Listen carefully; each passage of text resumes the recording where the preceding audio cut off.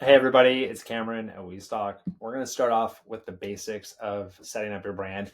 If you're on the pro tier, even if you're on our builder tier, a lot of times CS is available to help you set up your brand.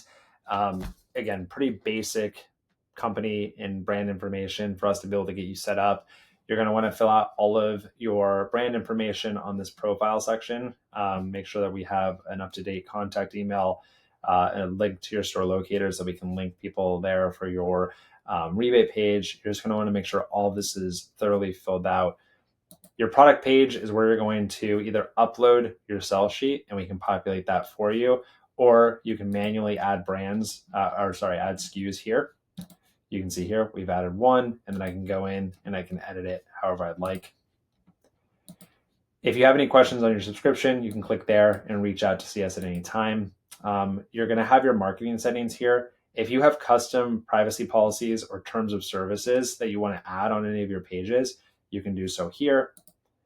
You're going to add your metapixel here. This is critical if you're running rebate campaigns and you're running marketing to it.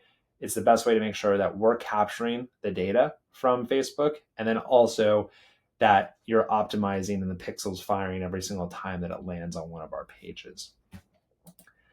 You're going to set up your Klaviyo API key here. So this is a great way to get integrated with Klaviyo. You're going to be able to pick your default list to set up.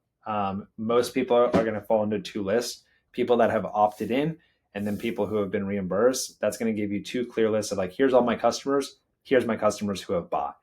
And then you'll be able to kind of trigger that double opt-in flow. I would keep this toggled off. We already have explicit consent to market to the customer.